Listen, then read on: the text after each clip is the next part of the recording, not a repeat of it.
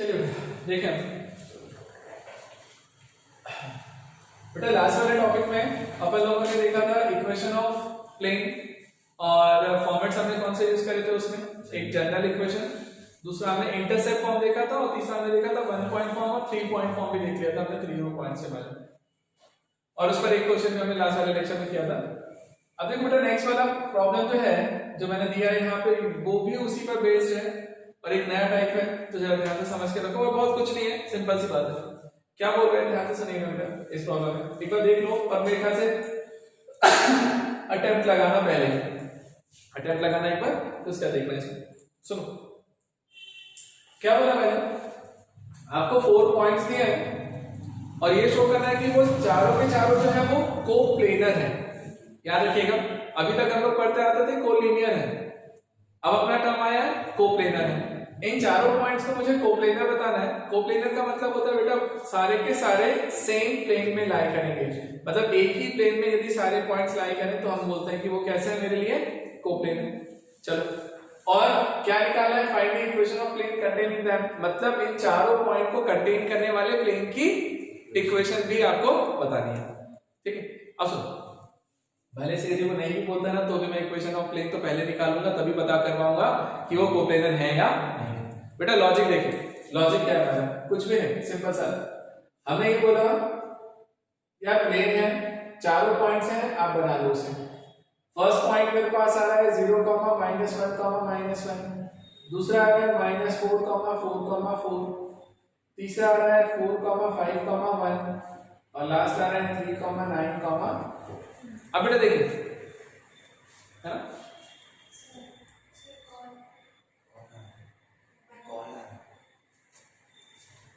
ठीक है बेटा,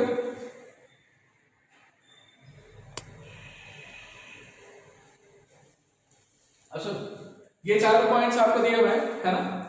अब ये चारों पॉइंट्स से हमने बोला ये सारे के सारे सेम प्लेन में लाई करें, तो अपन सबसे पहला फंडा क्या यूज करें यार, मान लें इस प्लेन के नॉर्मल के डायरेक्शन रेशियोज क्या है, ए बी सी, मैंने अज्यूम किया, तो सबसे पहले 1 पॉइंट फॉर्म लगा करके प्लेन की इक्वेशन लिखूंगा।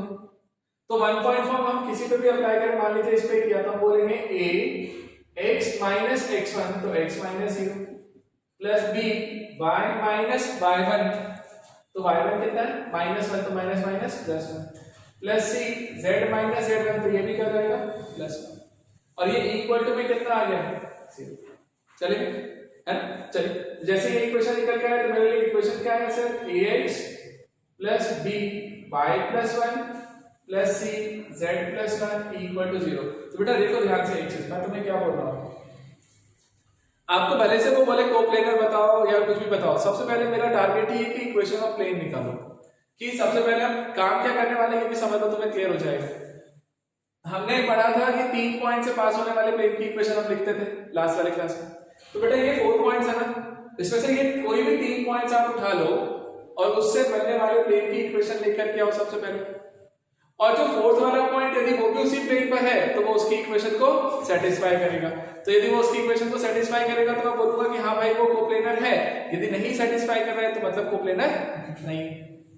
ठीक, तो सबसे पहला काम तो वही करना है, लेके आना इक्वेशन जनरल है। सेकंड वाला पॉइंट बोलो, सेकंड पॉइंट कौन सा है, -4, 4, 4, यदि ये वाला पॉइंट प्लेन पर है तो प्लेन की इक्वेशन को सेटिस्फाई करेगा। क्या लिख दो बेटा बताइए, x के प्लेस पे -4 रखेंगे तो बनेगा क्या -4a, यहाँ पे लिखेंगे 4, तो 4 + 1 क्या हो जाएगा 5b, और यहाँ रखेंगे 4, तो 4 + 1 क्या हो जाएगा 5c इक्वल टू 0।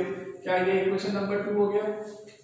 चलो भाई अगला बताओ, जो थर्ड वाला पॉइंट है वो क्या है, 4, 5, 1, 4, 5, 1, इससे भी ज्यादा है, ये भी सेटिस्फाई करेगा। करो, x के प्लेस पे 4, तो 4a प्लस यहाँ रखेंगे तो 5 + 1 6b, और 1 रखेंगे तो 1 + 1 2, तो 2c इक्वल टू 0। ये थर्ड इक्वेशन है। अब जैसे ये दोनों इक्वेशंस आ गई मेरे पास, अपन को मालूम है 2 इक्वेशंस आ गई, हमसे abc निकल आएगा, इसको क्रॉस मल्टीप्लिकेशन से सॉल्व करना। क्रॉस मल्टीप्लिकेशन लगाया a अपॉन में, कैसे लिखते थे बेटा ध्यान रखिएगा, a को हाइट किया, इधर से मल्टीप्लाई करें पहले, तो 5 × 2 कितना हो गया 10, फिर माइनस साइन हमारा, और फिर हमने इधर से मल्टीप्लाई किया तो 6 × 5 30, चलेगा। फिर बेटा हमने लिखा b, b के अपॉन में क्या आएगा बताइए, b ये रहा, इसको हाइड किया तो इधर से मल्टीप्लाई आएगा 4 into 5 20 है ना। फिर माइनस साइन, ये माइनस माइनस क्या हो जाएगा 4 into 2 8 तो -8 इक्वल्स टू में कितना है बेटा c, c के अपॉन में इसको हाइड करो वापस इधर से मल्टीप्लाई करो -24 और -20 ना, c वाले को हाइड करो ठीक है -20 और इक्वल्स टू में कांस्टेंट k। अब बेटा a इक्वल्स टू क्या हो जाएगा बताओ, यहां से ये -20 आया तो उधर जाएगा तो -20k। b की वैल्यू क्या आ रही होगी बोलिए, ये 28 हो गया उधर से जाएगा तो b इक्वल टू 28k और c की वैल्यू -44k। अब जैसे ही abc आ गया इन तीनों की वैल्यूज को उठा करके कहां रखते हैं हम, प्लेन की इक्वेशन है ना। तो जरा देखो फ्रॉम इक्वेशन 1 क्या आएगा, मैं a के प्लेस पे क्या लिख दूं -20k a के प्लेस पे, इनटू में क्या आएगा x प्लस बेटा b के प्लेस पे बोलो 28k इनटू में क्या आ रहा है y प्लस और z के प्लेस c के प्लेस पे क्या आ रहा है -44k into z plus 1 equals to 0। अब जरा देखो जिससे डिवाइड हो रहा है कर डालो, 4 से भी जा रहा है और माइनस भी है तो -4k से डिवाइड कर देता है तो यहां क्या मिलेगा 5x ठीक। और इसमें क्या आ जाएगा बेटा -4k करेंगे तो -7y प्लस 1 ठीक। अब यहां -4 से करेंगे तो माइनस प्लस हो जाएगा और ये हो जाएगा 11 के भी गया तो z प्लस 1 इक्वल टू 0 ठीक है, माइनस से किया था। अब इनको सॉल्व करेंगे, कितना आ रहा है बेटा इक्वेशन बताओ, 5x - 7y - 7 plus 11z plus 11 equal to 0। बेटा इक्वेशन निकल के आया 5x - 7y plus 11z plus 4 equal to 0। ये इक्वेशन आया और जैसे ये वाला इक्वेशन मेरे पास निकल के आया ना 5x - 7y plus 11z plus 4 equal to 0, ये आपका प्लेन का इक्वेशन आ गया। अब बात आई जो फोर्थ वाला पॉइंट है, यदि वो प्लेन पर है तो वो इसकी इक्वेशन को सेटिस्फाई करेगा। तो वो जो पॉइंट अपने पास निकल का है ना सर 3, 9, 4, इसे कहां रखना चाहिए, इस प्लेन की इक्वेशन में। तो प्लेन की इक्वेशन देखो कितनी है 5x - 7y plus 11z plus 4 equal to 0। इसमें जरा सेटिस्फाई करो और यदि ये सेटिस्फाई होगा तो मैं बोलूंगा कि हाँ भाई वो इक्वेशन है, अदरवाइज नहीं। क्या करें बताइए, 3 5 के प्लेस पे गया तो x के प्लेस पे -7 into 9 plus 11 into 4 plus 4 equal to 0 होना चाहिए ना।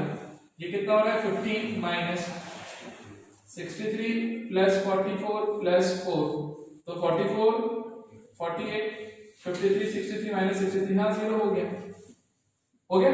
अब यदि ये सेटिस्फाई हो गया 0 इक्वल टू 0, इसका मतलब है वो कोप्लेनर है।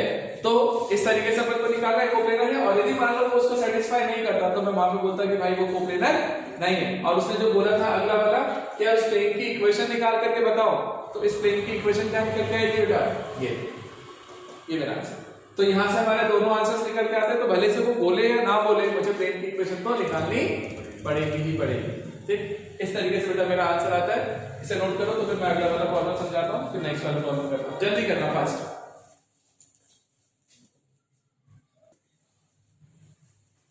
चलो अब देखो बेटा नेक्स्ट वाला प्रॉब्लम सेकंड। अब सेकंड वाला प्रॉब्लम बहुत सिंपल है, देखना ध्यान से। आपको एक प्लेन की इक्वेशन दी हुई है जनरल फॉर्म में 2x + 3y - 4z = 12, और उसने बोला है कि यार उसको इंटरसेप्ट फॉर्म में कन्वर्ट करो। जनरल इक्वेशन दिया हुआ है, इसको इंटरसेप्ट फॉर्म में कन्वर्ट करना है। ध्यान से देखना बेटा, इंटरसेप्ट फॉर्म मेरा होता क्या था। तो सबसे पहले तो वो इक्वेशन लिख लो जो हमने अभी सीखा। क्या है intercept form, x/a + y/b + z/c = 1। ये मेरा इंटरसेप्ट फॉर्म होता है। तो अब अपन को क्या दिया, ये जनरल इक्वेशन है, इसको इस फॉर्मेट में बदलना है। तो देखो तरीका, इक्वेशन है 2x plus 3y minus 4z equal to 12। तो मुझे एक चीज पता था यहाँ पे, एक तो x y और z एक तरफ होने चाहिए और कांस्टेंट एक तरफ, तो है भी x y z इधर है, कांस्टेंट इधर है, कोई दिक्कत नहीं। फिर क्या करना है अगला मैच करवाने के लिए, यहाँ 1 है तो यहाँ पर भी 1 बनाना पड़ेगा। 1 बनाने के लिए क्या क्या करें, 12 से डिवाइड, तो 12 से डिवाइड कर दो पूरे से, तो बनेगा 2x by 12 3y by 12 minus 4z by 12 चलेगा बेटा, इक्वल्स टू 1। अब देखिए तो 2 से डिवाइड करेंगे तो कितना आएगा 6, तो आंसर क्या आया x by 6।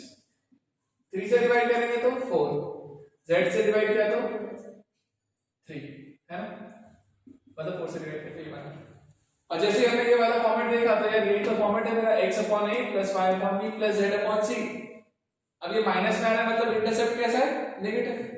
तो यहां से भी मैं कंपेयर करने के लिए जाऊं तो बताओ मुझे क्या मिलेगा, इंटरसेप्ट और कोऑर्डिनेट एक्सिस पूछा था, x एक्सिस y एक्सिस और z एक्सिस पे। तो मुझे बताओ x एक्सिस का इंटरसेप्ट क्या आ रहा है, a इक्वल टू 6 कि पॉजिटिव x एक्सिस पे 6 डिस्टेंस पे कट कर रहा हूं। y एक्सिस का इंटरसेप्ट कितना है 4 और z का इंटरसेप्ट -3, ठीक है। तो ये मेरा इंटरसेप्ट फॉर्म में कन्वर्ट भी हो गया और इंटरसेप्ट भी निकल के आ गए, इतना सिंपल था। चलिए, तो इस तरीके के प्रॉब्लम जब भी आए ना बहुत इजीली सॉल्व होते हैं, कर लिया करो, बनेगा, ठीक। चलिए बेटा एक बार इसको नोट करिए और उसके बाद में ना आप ये जरा ये थर्ड वाला प्रॉब्लम मैंने चेंज कर दिया था, इसे नोट करो, ये समझ में आता है क्या, एक ट्राई करके देखो जब तक मैं नेक्स्ट वाला प्रॉब्लम लिखता हूँ। एक बार देखो इसे,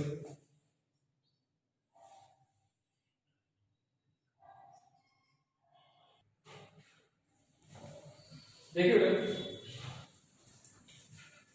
नेक्स्ट वाला प्रॉब्लम देखो, थर्ड वाला।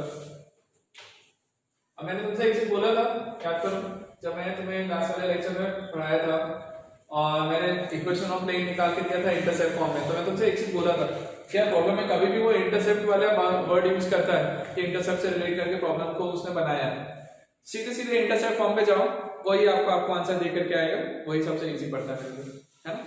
क्या कर देखो उसने क्या बोला, plane means coordinate axis ABC। देखिए बेटा एक प्लेन है, आपने पढ़ा था और वैसे बनाना भी यहाँ पे देखना, ये मेरे पास x axis y axis and z axis. बेटा एक प्लेन है जो x y और z तीनों को किसी पॉइंट पे मिल रहा है, तो बेटा x एक्सिस को जिस पॉइंट पे मिल रहा है वो पॉइंट कौन सा है a, y को जिस पॉइंट पे मिल रहा है b, z को किस पॉइंट पे मिल रहा है वो c। ABC पॉइंट पर वो प्लेन मिलता है x एक्सिस y एक्सिस और z एक्सिस पे। अब क्या बोला है, centroid of triangle ABC is PQR। उसने दे के रखा है कि इस ABC ट्रायंगल का जो सेंट्रोइड है वो PQR है। तो बताओ इक्वेशन ऑफ प्लेन जो है वो ये होगा, ये प्रूफ करना है मुझे। क्या करूं मैं, सबसे पहला काम देखो मैं ये बोलता हूं इंटरसेप्ट से रिलेटेड है प्रॉब्लम, सीधे सीधे हम एक इंटरसेप्ट मान लेते हैं ना यार। मान ले बेटा x एक्सिस पर इंटरसेप्ट a है, y पर इंटरसेप्ट b है और z पर इंटरसेप्ट c है। तो यदि ABC इंटरसेप्ट है तो मैं इक्वेशन ऑफ प्लेन मैं जो मान के चलूंगा, तो मैंने बोला सर इक्वेशन ऑफ प्लेन हमने क्या अज्यूम कर लिया, हमने बोला x upon a plus y upon b plus z upon c equal to 1। तो ये मेरे लिए इक्वेशन ऑफ प्लेन निकल गई। तो इक्वेशन ऑफ प्लेन से ये मेरे पास आ गया x upon a plus y upon b plus z upon c equal to 1। दिक्कत कहाँ आई मालूम है यार, प्रॉब्लम में ABC था ही नहीं, मैं ABC में आंसर दे रहा हूं, गलत बात है। प्रॉब्लम में क्या किया मैंने कि ABC ट्रायंगल का सेंट्रोइड PQR है। क्या हम ABC का सेंट्रोइड निकाल सकते हैं? निकाल सकते हैं। यदि मैं इसके सेंटर इसके इंटरसेप्ट ABC बोला हूं तो x एक्सिस में a पॉइंट के कोऑर्डिनेट्स क्या होंगे, a, 0, 0, क्योंकि x एक्सिस पर है तो x कोऑर्डिनेट होगा y और z 0। y एक्सिस पर यदि b पॉइंट है तो 0, b, 0 और z एक्सिस का पॉइंट है तो 0, 0, c निकल है। अब जैसे ये तीनों पॉइंट्स मेरे पास निकल के आ गए, अब काम क्या बचा मेरे पास अगला, ये देखो अपन सेंट्रोइड निकालने जाते हैं, सेंट्रोइड ऑफ ट्रायंगल ABC लिखें। बताइए सेंट्रोइड का फॉर्मूला क्या था, x1 + x2 + x3/3 equal to x मिलता है सेंट्रोइड का। तो बताओ तो यहां से क्या मिलेगा, a प्लस इधर से 0 प्लस इधर से भी 0 बाय 3 कर दिया। अब जैसे इन तीनों को 3 किया तो क्या मिलेगा, सेंट्रोइड का x और सेंट्रोइड का x कितना दिया हुआ था p, तो क्यों ना मैं इसको p बोल दूं और p बोलूंगा तो यहां से एक ही वैल्यू निकल के आएगी सर मेरे पास 3p आया। इसी तरीके से y कोऑर्डिनेट पे रिलेट करते हैं, y1 plus y2 plus y3 equals to q, तो यहां से क्या निकल के आएगा बोलो, b equal to 3q। Same चीज z1 z इसके साथ, तो 0 plus c plus 0 by 3 equal to r, c equal to क्या निकला 3r। अब abc तीनों आ गए, इनकी वैल्यूज उठा के इस इक्वेशन में रखता हूं। क्या था equation final, x upon a plus y upon b plus z upon c equal to 1। x upon a के प्लेस पे 3p, b के अपॉन में 3q, z के अपॉन में 3r इक्वल्स टू 1। बेटा 3 को क्रॉस मल्टीप्लाई करके वहां पहुंचा दो तो अपना आंसर निकल के आएगा x upon p plus y upon q plus z upon r equals to 3। तो ये इक्वेशन यदि मैं लिखने जाऊंगा तो ये मेरे लिए फाइनल इक्वेशन निकल के आएगी प्लेन की, और ये इक्वेशन मुझे यहाँ पे प्रूफ भी करना था आगे। मतलब देखो बेटा प्रॉब्लम में कुछ भी नहीं होता है, रत्ती भर का भी कुछ नहीं रहता, बस दिमाग लगाना होता है कि आपको यदि कभी भी इंटरसेप्ट वाला दिया तो इंटरसेप्ट फॉर्म लगा और उसका जो भी कंडीशन दिया ना उसको लगाने जाओ। बस अब ये सोच लेना कि इंटरसेप्ट फॉर्म लगाए हो, एबीसी प्रॉब्लम में गिवन था या नहीं था, यदि नहीं था तो मुझे एलिमिनेट करना है। कैसे एलिमिनेट करूंगा, जो गिवन कंडीशन होगी उसी के बेसिस पे जाकर के उसको सॉल्व करना। क्लियर है, चलिए इसे नोट कर लीजिए। तो फिर मैं नेक्स्ट वाला प्रॉब्लम आपको बताता हूं, फोर्थ ऑफ, जल्दी से करो बेटा फास्ट।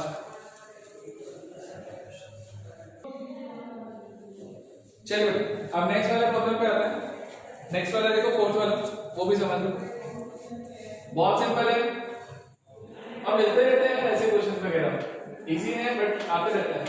देखो 3D और वेक्टर ऐसी चीज है ना, 3D वेक्टर में कोई ज्यादा प्रॉब्लम को घुमा नहीं पाता है ना, तो बिल्कुल सिंपल क्वेश्चंस निकलते हैं। बस वही क्या उसको तरीके से कर लो, बच्चों से लेके समझ में नहीं आता 3D, ये भी ध्यान रखना, बच्चों के ऊपर से जाता है 3D वाला पार्ट।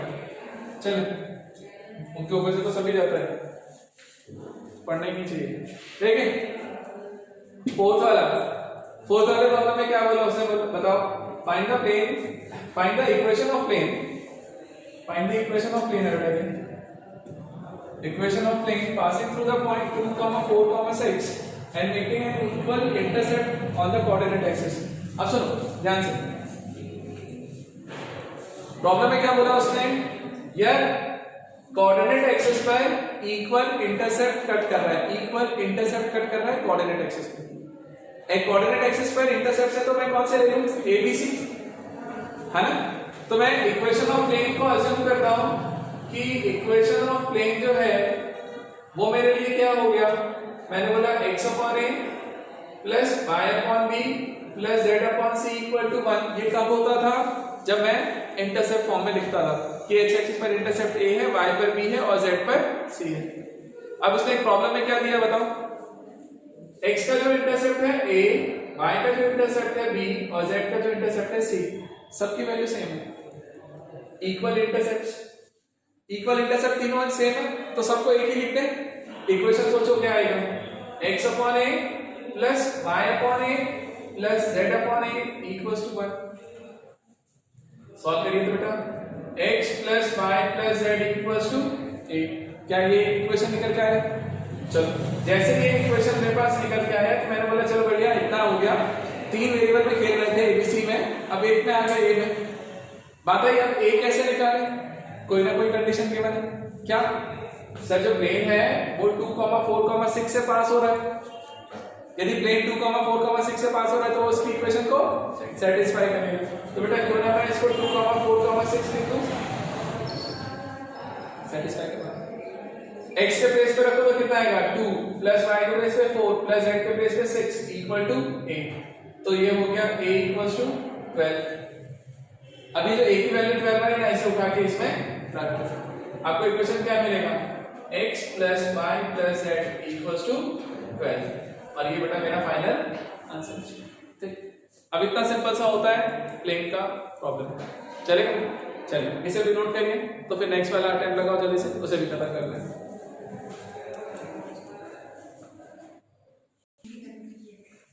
देखिए बेटा अब ये लास्ट वाला प्रॉब्लम भी देखिए आप क्या है। अब लास्ट वाला प्रॉब्लम देखो, लगता कंफ्यूजिंग है बिल्कुल नहीं, है ना। क्या बोला उसने कि बेटा एक वेरिएबल प्लेन है, वो इस टाइप से मूव कर रहा है कि उनके जो इंटरसेप्ट्स हैं उनका रेसिप्रोकल का सम कांस्टेंट आ रहा है, उनके रेसिप्रोकल का सम जो है वो कैसा है, कांस्टेंट। ठीक, तो अपन को ये प्रूफ करना है कि जो प्लेन है वो एक फिक्स पॉइंट से पास हो रहा होगा, ये बताना है मुझे कि मतलब जो प्लेन है वो किसी ना किसी फिक्स पॉइंट से पास आया। अब सुनो क्या करें, कुछ भी नहीं यार, प्लेन की इक्वेशन है लिख डाल, क्या लिखेंगे सर, इक्वेशन ऑफ प्लेन जो है वो x upon a plus y upon b plus z upon c equal to 1 होता है ना। अब इसमें इंटरसेप्ट्स क्या थे, a b एंड c। अब क्या बोला उसने कि उनके इंटरसेप्ट्स जो है उनके रेसिप्रोकल का सम कांस्टेंट है, उनके रेसिप्रोकल का सम कांस्टेंट है। तो देखो ना नारायण को, a का रेसिप्रोकल कौन होगा, 1 अपॉन a, b का reciprocal 1 upon b, 1 upon c equal to constant है ना। क्या मैं इस कांस्टेंट को कुछ नंबर बोल दूं, मैंने बोल दिया कि चलिए अब मैं इस a से डिवाइड कर देता हूं इक्वेशन को, देखो आंसर आ गया था 1 upon ka, 1 upon kb, 1 upon kc equals to 1 आया। और सुनो इसको मैं ऐसा लिख सकता हूं 1 by k upon a, 1 by k upon b, 1 by k upon c equal to 1। हाँ, अब जैसे तुमने ये वाला इक्वेशन लिखा, अब जरा मैच करो इन दोनों इक्वेशन। बेटा यदि कोई पॉइंट किसी प्लेन से पास होता है या प्लेन किसी पॉइंट से पास होता है, वो उसकी इक्वेशन को सेटिस्फाई करता है। कहां रखते हो, x y और z के प्लेस पे। तो यहां पर देखो x के प्लेस पे क्या आ गया 1 बाय k, y के प्लेस पे भी 1 बाय k, z के प्लेस पे भी 1 बाय k। मतलब वो जो फिक्स पॉइंट है ना, जिस फिक्स पॉइंट से वो पास हो रहा है प्लेन, वो पॉइंट कौन सा निकल के आया 1 by k, 1 by k, 1 by k। आया समझ, है ना। तो बेटा जो फिक्स पॉइंट आ रहा है वो कितना आ गया 1 by k, 1 by k, 1 by k, और ये मेरा तरीका है इसका। चलिए तो इस तरीके से जाकर के बेटा मुझे इस वाले कॉन्सेप्ट को करना था, सीधे सीधे निकल के आ गया इसे। ठीक, चलो अब यहाँ पर इतने ही क्वेश्चंस इसके लिए, इससे ज्यादा करने का मतलब नहीं, मैंने वैरायटी सारे कवर कर लिए, जितने फॉर्मेट अभी हमने देखे हैं उसके बेसिस पे। ठीक है, और जो है वो अगले कॉन्सेप्ट्स के बाद समझ में आएंगे, जब हम एंगल वगैरह निकालना सीखेंगे ना, तो फिर अपन उस पर प्रॉब्लम्स को घुमाएंगे थोड़ा सा। ठीक, तो वो लेक्चर्स अपन नेक्स्ट वाले में ट्राई करेंगे। ठीक, चलो बाय।